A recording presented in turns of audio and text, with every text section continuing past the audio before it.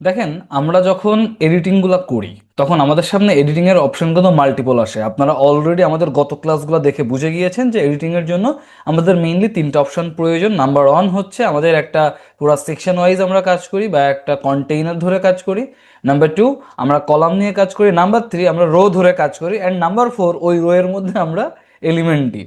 আচ্ছা, জিনিসটা আসলে এডিট করবো কি করে? তো তার জন্য আমি এখানে এসে প্লাস আইকনে ক্লিক করলাম, করার পরে আবার ফ্লেক্স বক্স, অ্যান্ড এখান থেকে ধরেন আমি দুইটা কলাম নিয়ে কাজ করতে চাচ্ছি।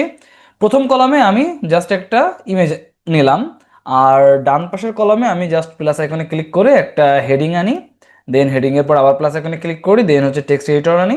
And just minute, control Z বা রাইট ক্লিক করে ডিলিট করে দিই। ডিলিট। যেটা করতে চাচ্ছি সেটা হলো টেক্সট এডিটরের নিচে নিয়ে এলাম, জাস্ট নিচে, অ্যান্ড প্লাস আইকনে ক্লিক করে একটা বাটন নিয়ে আসি এর নিচে। ওকে, ঠিক আছে।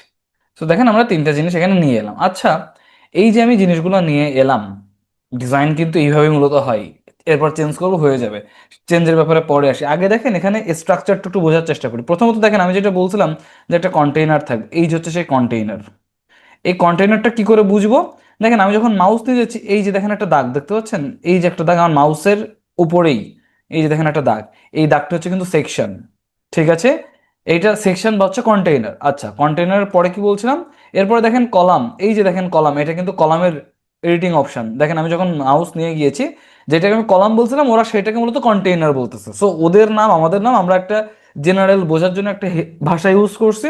এখন আপনি জাস্ট বুঝতে পারলে যে এটা একটা কলাম, আর এই পাশে দেখেন এই আর একটা কলাম, এখানে ক্লিক করলে এইটা এডিট করতে পারি। তো এইটা আমি মূলত দেখাচ্ছে কোনটা এডিট করতে যাচ্ছে। অ্যাট দ্য সেম টাইম আপনি যদি এই বাইরেরটাকে এডিট করতে চান, দেখেন এডিটিং অপশনটা কিন্তু এখানে। এখানে দিলে প্লাস, অর্থাৎ উপরে আর একটা সেকশন আপনি নিতে পারবেন, আর একটা কন্টেনার নিতে পারবেন। এখানে ক্লিক করলে আপনি এটা এডিট করতে পারবেন। দেখেন, ক্লিক করছি, এডিট করার অপশন আসছে, এডিট কন্টেইনার। অ্যান্ড এখানে ক্রস দিলে এটা টোটালি নাই হয়ে যাবে, কেটে গেল। তো আমরা একটা কাজ করি, ধরেন ওই যে চলে গিয়েছে না, আমরা লাইব্রেরিতে আসি, দেন হচ্ছে টেক্সট এডিটর বাটন রিমুভড, আমরা এই পর্যন্ত নিয়ে আসি, এই যে দেখেন চলে আসছে। এইটা কিন্তু মজা। মজাটা কি, আমরা ডিলিট করে দিলাম, বাট তার সত্ত্বেও এক স্টেজ আগে গিয়ে হিস্ট্রি থেকে আমরা নিয়ে এলাম পুরো ব্যাপারটা। হ্যাঁ, তো এইভাবে আর কি আমরা এই কাজগুলো করতে পারি। এখন এখানে আমি যদি এই ব্যাকগ্রাউন্ডে কোনো কিছু এডিট করতে চাই, ধরেন একটা ব্যাকগ্রাউন্ডে একটা কালার দেবো, তাহলে কোথায় দিব? অবশ্যই এখানে, এই যে জায়গাটা, কারণ এই জায়গাটাই মূলত সবাই। তাহলে আমি যদি এখানে ক্লিক করে স্টাইল থেকে আমি যদি ব্যাকগ্রাউন্ডে একটা কালার দিয়ে, এগুলো আপনারা পরে বুঝবেন, এখন দরকার নাই। এই যে দেখেন একটা কালার পুরো ব্যাকগ্রাউন্ড জুড়ে পেয়ে গেল, এটা হচ্ছে ব্যাকগ্রাউন্ডের জন্য। আচ্ছা, আপনি যদি এইটাকে এডিট করতে চান, কি করবেন? তাহলে এখানে ক্লিক করেন, করে এখান থেকে যে স্টাইলটা দিবেন সেটা কিন্তু পড়বে কোথায় বলেন তো? শুধুমাত্র এই সেকশন, এই কলামটুকুতে। আবার আপনি যদি এই কলামে এডিট করতে চান, তাহলে এখানে ক্লিক করেন, করে আবার এর স্টাইলে এসে এখান থেকে আপনি এরও কালার, অন্য একটা কালার অ্যাড করেন, দেখেন এখানে আরেক রকম কালার হয়ে গেল। আচ্ছা, আমি এর মধ্যে এটাকে এডিট করতে চাচ্ছি। আসলে রো গুলা সাধারণত আমরা কন্টেন্ট ধরে ধরে রোকে বুঝবো। আমি যদি এই রোকে এডিট করতে চাই, এখানে ক্লিক করব। এই রোকে এডিট করতে চাইলে এখানে ক্লিক করব। এইটাকে এডিট করতে চাইলে একটা সেম টাইম এখানে ক্লিক করব। করলে তার রেডিং এর অপশনটা আমার সামনে ওপেন হয়ে যাচ্ছে। সুতরাং জেনারেলি এই পেজে থাকি, যেখান থেকে আমরা মূলত কন্টেন্ট নিতে পারি। সে আমি এখানে একটা কন্টেন্ট নিয়ে এলাম, প্রথমে একটা ইমেজ, তার নিচে একটা ভিডিও নিয়ে এলাম। এটা তো আমরা করতে পারি, এটা একটা বিষয় গেল। দ্বিতীয় যে বিষয় সেটা বললাম, আমি যেখানে ক্লিক করব, আমি যদি এটাকে এডিট করতে চাই এখানে ক্লিক করব, যদি আমি কলামটাকে এডিট করতে চাই তাহলে আমি এখানে ক্লিক করব, করে এদের এডিটিংগুলো করতে পারি। আচ্ছা, এই যে এডিটিংগুলো করলাম, এডিটিং করার পরে আপনারা খেয়াল করে দেখছিলেন, ধরেন আমি এখানে ক্লিক করলাম অ্যাডভান্সড। অ্যাডভান্সডে আসার পর আপনারা দেখছিলেন যে মার্জিন আছে, মানে বেশ কতগুলো জিনিস আছে আছে এই জিনিসগুলো কিন্তু আলটিমেটলি সকল ক্ষেত্রে সেম থাকে। আমি এর কথা আপনাদের আগেই বলেছি। যেহেতু এই জিনিসগুলো সকল ক্ষেত্রে সেম থাকে, সুতরাং এই জিনিসগুলো আমরা যদি এডিট করি, মানে একবার যদি এডিটিংটা শিখি, তাহলে কিন্তু বাকিগুলো খুব রিল্যাক্সে আমরা করতে পারবো। কেন? কারণ আমি তো একটা করলে বাকিগুলো তো সেম অপশন। তাহলে আমি এখন আপনাদেরকে অ্যাডভান্সের লেআউট থেকে কিছু জিনিস একটু আপনাদেরকে দেখিয়ে দিই, যেগুলো আমাদের বারংবার বিভিন্ন ক্ষেত্রে প্রয়োজন পড়বে। প্রথমে আমি যদি আসি লেআউটে, লেআউটের মধ্যে প্রথমে যে দুইটা গুরুত্বপূর্ণ ব্যাপার আছে, একটা হচ্ছে মার্জিন আর একটা হচ্ছে প্যাডিং। একটা জিনিস খেয়াল করবেন, এর এই পাশে যে লিঙ্ক করা, আমি যদি এখানে মার্জিন দিই, তার মানে এখানে আরো চারজন আছে, সব জায়গায় সেম জিনিসটা আসবে। চারজন কি জিনিস? চারজন হচ্ছে মূলত, একটা হচ্ছে টপ। এই ভাষায় আমরা যখন টপ বলবো, তার মানে এই উপরেরটা, এইটা। ধরেন আমার একটা বক্স আছে, এই বক্স, টপ বলতে এই ভদ্রলোক, লেফট বা রাইট বলতে এই ভদ্রলোক, বটম বলতে এই ভদ্রলোক, আর লেফট বলতে এই ভদ্রলোক। এটা মাথায় রাখবো। টপ বললে এইটা, রাইট বললে এইটা, বটম বললে এইটা, আর লেফট বললে ইনি। এটা মাথায় রাখবো। আর যদি কখনো কোণার ক্ষেত্রে বলি, কোণা কানি, মানে এই যে কানিগুলা, এই কানিগুলার ক্ষেত্রে কি হবে, ধরেন এইটাকে তো টপ বলছিলাম, তার মানে এই কানিটা, এইটাকে আমরা বলি টপ, এটা হচ্ছে টপ। এইটাকে বলি আমরা রাইট, এইটাকে বলি আমরা বটম, আর এইটাকে বলি আমরা লেফট। কি বললাম? যদি আমরা বাহু ধরি, ধরেন এটা তো একটা বাহু, চার বাহু, যদি আমরা বাহু ধরি তাহলে এইটা টপ, এটা রাইট, এটা বটম, এটা লেফট। সহজ কথা, আমরা দেখতেছি ওটা উপরে আছে, এটা উপরে আছে তাই উপরে, এইটা দেখি নিচে আছে তাই নিচে, এটা ডানে তাই ডানে, এটা বামে তাই বামে, আমরা বুঝে গেলাম।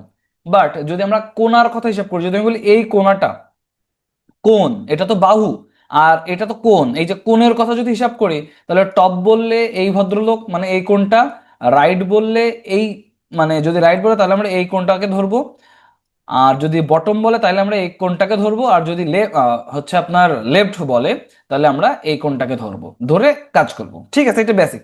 এটা আমাদের কি কাজে লাগে আস্তে আস্তে আমরা বুঝতে পারবো। তো প্রথমত এই চারটা জিনিস আশা করি বুঝতে পারছি, পরে আরো বিস্তারিত আস্তে আস্তে আরো বুঝবেন।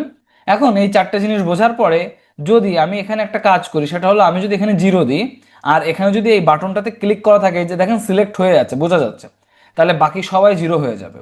এই বাটনটা এমন থাকার মানে হচ্ছে তাই লিঙ্ক।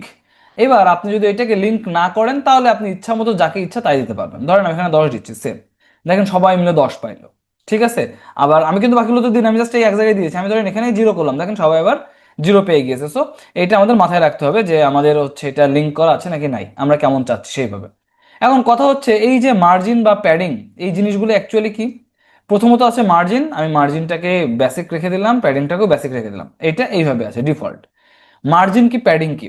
আচ্ছা, মার্জিন আর প্যাডিং এই দুইটা জিনিস যদি বুঝতে পারি, আমাদের কিন্তু আসলে অনেক কাজ ইজি হয়ে যাবে, কারণ এই দুইটা জিনিস অনেক গুরুত্বপূর্ণ একটা ব্যাপার। এইচটিএমএল সিএসএস করতে গেলেও প্রচুর কাজে লাগে, আর ওয়েবসাইটে এখন যখন আমরা এলিমেন্টর ইউজ করছি, এখনো তো আমাদের লাগবে, কারণ এই দুইটার মাধ্যমে আমরা অনেক অনেক অনেক ডিজাইন, অনেক ক্ষেত্রে সৌন্দর্য বৃদ্ধির ক্ষেত্রে কাজে লাগে। তো মার্জিন আর প্যাডিং এই দুইটা যদি বুঝতে চাই, আমি সহজে আপনাদের কাছে কোশ্চেন করে আপনার আমার সাথে অ্যান্সার করে করে কাজ করেন। লাইভ ক্লাসে এটা হচ্ছে মজা, কোশ্চেন করলে আপনাদের থেকে অ্যান্সার নেওয়া যায়, যেটা আমাদের শিওর লার্নিং এর লাইভ ক্লাস হয়ে থাকে। যদি আপনারা শিওর লার্নিং প্রোগ্রামে জয়েন হতে চান, নিচে দেওয়া ডিসক্রিপশন বক্স এবং পিন কমেন্টে থাকা লিঙ্ক থেকে আমাদের শিওর লার্নিং প্রোগ্রামে জয়েন হতে পারেন। আপনাদের ব্যাচ, মানে আমাদের শিওর লার্নিং এর সিস্টেম যেটা হয় সেটা হলো, যখন একটা ব্যাচ শুরু হয়, একটা ব্যাচে থাকা প্রত্যেকটা স্টুডেন্টকে 8 মাস টাইম নিয়ে আমি তৈরি করি, এবং 8 মাসের মধ্যেই কোর্স চলাকালীন সময় তাকে দিয়ে ইনকাম করাই। একটা ব্যাচে থাকা প্রত্যেকটা স্টুডেন্ট 8 মাসের মধ্যে স্কিল ডেভেলপমেন্ট করে ইনকাম করবে, প্রত্যেকেই আর্নিং স্টার্ট করবে। যদি কেউ আর্নিং স্টার্ট করতে না পারে, লাস্ট ক্লাসে আমি তার জব প্লেসমেন্ট করি। যেহেতু সে নিজে আর্নিং করবে, তা নাহলে আমি তার জব প্লেসমেন্ট করবো। দ্যাটস ওয়াই আমাদের প্রোগ্রামটার নাম হচ্ছে শিওর আর্নিং প্রোগ্রাম। আপনারা যারা শিওর আর্নিং প্রোগ্রামে জয়েন হতে চান বা চাচ্ছেন, নিচে দেওয়া যে লিঙ্কটা আছে সেখান থেকে জয়েন হতে পারেন, বা আমার নাম লিখে সার্চ করে তমলদেবনাথ.com/কোর্স, আমার নাম লিখে সার্চ করে আমাদের ওয়েবসাইট থেকে কোর্সের পেজে গেলেও পেয়ে যাবেন। এখন এই যে জায়গাটা আছে, আপনি মনে মনে চিন্তা করেন, আমরা যখন খাতায় মার্জিন কাটি কি করি? ধরেন আমার খাতায় এই যে আছে, আমার একটা খাতা, এই যেটুকু সাদা অঞ্চল দেখা যাচ্ছে, সাদা অঞ্চলটা আমার খাতা।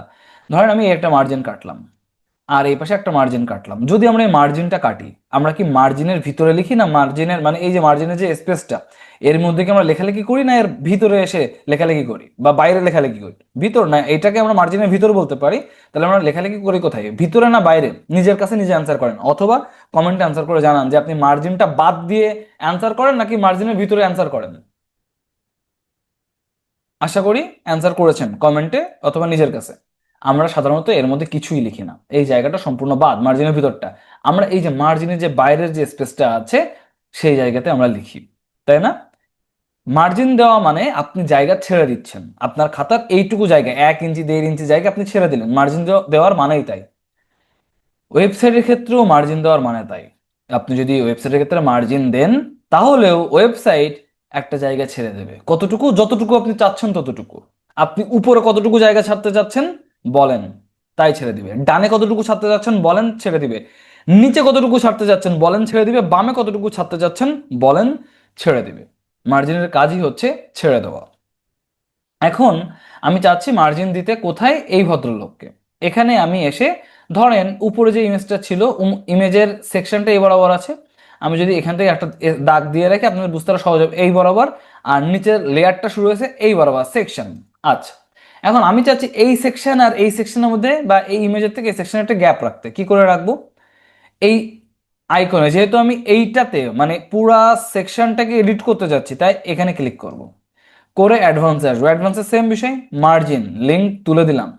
লিঙ্ক তুলে দিয়ে আমি এখানে দিলাম মার্জিন টপ 50। দেখুন উপর থেকে নিচে নেমে গেল না? আচ্ছা বুঝতে পারেন, আমি কন্ট্রোল জেড দিচ্ছি, দেখেন এই যে দাগ আর এই যে দাগ, এই দাগটা আর এই দাগটা দুজন একই বরাবর আমার দাগ সোজা আছে। এখন আমি টপ দিলাম 100, দেখেন ছিল তো এখানে, এই ভদ্রলোক নেমে গেছে এখানে, কেন নেমে গেল? ঝামেলা যে, ঝামেলা ঠিক না, আমাদের প্রয়োজনে। আপনার একটা ইমেজ আছে, ইমেজের সাথে সাথে কি ডিজাইন শুরু হয়? দেখতে তো ভালো লাগে না, এই জন্য আমরা নামিয়ে আনলাম। যেভাবে আমি টপে ছেড়েছি এইভাবে আমি চাইলে রাইট বটম লেফট সব জায়গাতেই ছাড়তে পারি। তো মার্জিনের মানেটা বুঝলাম যে হচ্ছে আর কি জায়গা ছাড়ে। প্যাডিং এর কাজ কি? প্যাডিং এর কাজ মার্জিনের ঠিক উল্টা। আমি যখন মার্জিন দিয়েছিলাম দেখেন এই যে জায়গাটা, এই জায়গাটা উপর থেকে ছেড়ে দিল। প্যাডিং দিলে প্যাডিং কি করবে জানেন? প্যাডিং এক্সট্রা জায়গা ভিতরে নিয়ে আসে। কিভাবে? ধরেন আমি প্যাডিং এ এসে লিঙ্কটা তুলে দিলাম, দিয়ে দেখেন ঘটনাটা একটু খেয়াল করেন যে কি হচ্ছে। এই যে স্পেস এইটা আর এই যে রেড লাইন বর্ডার, এই দুজন কিন্তু একসাথে লেগে গেছে, তাই না? আমি যদি প্যাডিং দিই এই যে জায়গাটা উপর থেকে জায়গা কিন্তু ছাড়বে না। মার্জিন দিলে উপর থেকে তো দেখেন নিচে নেমে এলো এতটুকু, প্যাডিং দিলে ও জায়গা বাড়ায় নিবে। কি করে? দেখেন আমি প্যাডিং দিচ্ছি 100, এই যে দেখেন উপর থেকে জায়গা বাড়ায় নিল। এই যে দেখেন কালারের জায়গাটা নিচে কিন্তু বাড়ায়নি, এই জন্য নিচের কালার আর বক্স ভিতরের বক্স একসাথে আছে, বাট উপরে বাড়িয়েছি বলে বেড়ে গেল। আচ্ছা নিচে আমি যদি বাড়াইতে চাই, নিচে ধরেন আমি নিচেও আমি বাড়াইলাম, এই দেখেন নিচেও বেড়ে গেল। এবার কিন্তু দেখতে সুন্দর লাগতেছে, তাই না? সো এইভাবে মূলত আমরা মার্জিন প্যাডিং এর কাজ করে থাকি। এন্ড মার্জিন প্যাডিং আমাদের প্রচুর প্রয়োজন পড়ে, আমরা এরপরে অনেক ব্যবহার করব। জাস্ট বেসিকটা বুঝতে পারলে দারুণ হবে, এরপরে কাজ করাটা ইজি হবে। এরপরে আর কি আমাদের আর যা কিছু আছে, এখান থেকে অ্যালাইনমেন্ট সেন্টার রাখতে চাইলে সেন্টার, তবে এগুলো এখন না, আমি পরে যখন করাই তখন আমি দেখিয়ে দিব আরো ধাপে ধাপে। আপাতত মার্জিন আর প্যাডিং বুঝতে পারলে হচ্ছে। মোশন ইফেক্টস বা বাকি যা কিছু আছে এগুলো আমরা নেক্সট ক্লাসে দেখতে পারি, ঠিক আছে? এখানে অনেক কিছু আসলে আমরা করতে পারবো না, কারণ এগুলো পেইডের জন্য। যেগুলো পারবো, ট্রান্সফরমেশনটা মূলত হচ্ছে আপনি কতটুকু ঘোরাইতে চাচ্ছেন, এইগুলা সাধারণত ট্রান্সফরমেশন খুব একটা বেশি আমাদের প্রয়োজন পড়ে না। রেসপন্সিভনেস এটা আমি শেষের দিকে শেখাবো, তার কারণ হচ্ছে এটা আমাদের রেসপন্সিভনেসের সাথে সম্পর্কিত। মানে যখন আমরা একটা ডিভাইস এবং অন্য ডিভাইসে কি করে একটা ওয়েবসাইট কাজ করে সেটা দেখবো, সেই ক্ষেত্রে অ্যাট্রিবিউটস এটা প্রোর জন্য, কাস্টম সিএসএস এটাও প্রোর জন্য, বাকি সবকিছু সেম, ঠিক আছে? সুতরাং লেআউটের এই দুইটা বুঝতে পারলে হচ্ছে। আর আর একটা ব্যাপার আছে, জেড ইন্ডেক্স পজিশন, এই দুইটা আমি পরে বোঝাবো। ক্লাস আইডি এটাও আমি পরে বোঝাবো। জাস্ট মোশন ইফেক্টটা আমি যদি একটু, যদি এখান থেকে দেখাই, আপনার ধরেন কোনো অ্যানিমেশন এন্ট্রান্স অ্যানিমেশন কোনো কিছু নাই, আমি চাচ্ছি ফেড ইন, দেখেন এটা হালকা করে ফেড ইন হচ্ছে। আপনি চাচ্ছেন ফেড লেফট, বাম সাইড থেকে ওই ডান সাইড থেকে বামে আসতেছে। দেন আরো কিছু আছে জুম, ঠিক আছে? জুম, দেখেন জুম হয়ে যাচ্ছে। সো চাইলে আপনি অ্যানিমেশনটা দিতে পারেন, আপনারা বিভিন্ন ওয়েবসাইটে গেলে দেখবেন যে বিভিন্ন টাইপের অ্যানিমেশন থাকে, সেটা দিতে পারেন। অ্যানিমেশন ডিউরেশন কত সময় ধরে হবে, স্লো ফাস্ট নাকি নর্মাল, আর কতটুকু ডিলে করে হবে, আসার 1 সেকেন্ড পরে চালু হবে, ওকে ফাইন, সেটা আপনি এখান থেকে দিতে পারেন। বা 1 মিলি সেকেন্ড, এখানে মিলি সেকেন্ডে হিসাব হবে। আর ট্রান্সফর্মটা তো আমি বললামই যে হচ্ছে আর কি, এটাকে আমরা ঘুরাই টুরাই দিতে পারি, যে রোটেট, অফসেট, স্কেল, এইগুলো আমরা সেট করতে পারি, স্কিউ। মোটামুটি বাকিগুলো আর প্রয়োজন পড়ে না। রেসপন্সিভটা সাধারণত আমরা কোনো কিছু হাইড করতে চাইলে আমরা করতে পারি। ধরেন, আচ্ছা যেহেতু বলছি বলেই ফেলি, ধরেন এই বাটনটা আমি চাচ্ছি এইটা আমি ফোনে দেখাবো না, কম্পিউটারে থাকবে, ফোনে দেখাবো না, তাহলে অ্যাডভান্সে এসে লেআউট ক্লোজ করি অ্যান্ড রেসপন্সিভ ওপেন করি। দেখেন এখানে বলছে hide on desktop, tablet, mobile, আমি বলছি মোবাইলে এটা থাকবে না। আমি যখন এটা ক্লিক করলাম না, তার মানে এটা মোবাইলে কিন্তু আর নাই।